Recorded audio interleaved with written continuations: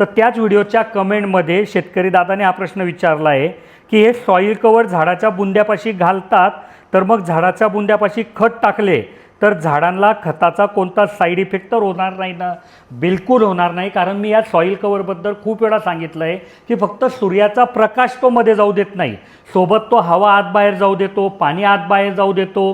तर मग ते जे तुम्ही खत टाकलं आहे, समजा त्याच्यामुळे गरमी जरी तिथे तयार झाली, म्हणजे इतर वेळेस तर काही त्रास होणार नाही, पण एक कंडिशन अशी आहे की तिथे गरमी तयार झाली तर ही हवा आत बाहेर जाऊ देतो, त्याच्यामुळे त्याला कुठलाही साईड इफेक्ट होणार नाही. तर बिनधास्त तुम्ही सॉईल कवर टाकलेलं असताना सुद्धा खत टाकू शकता झाडाच्या बुंद्याजवळ.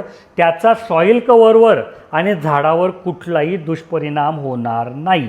जर तुम्हाला या सॉईल कवरबद्दल काही मनात प्रश्न असेल आणि मी उत्तर द्यावं असं वाटत असेल तर व्हिडिओच्या कमेंटमध्ये प्रश्न विचारा, मी पुढच्या व्हिडिओमध्ये त्याचं उत्तर देईल.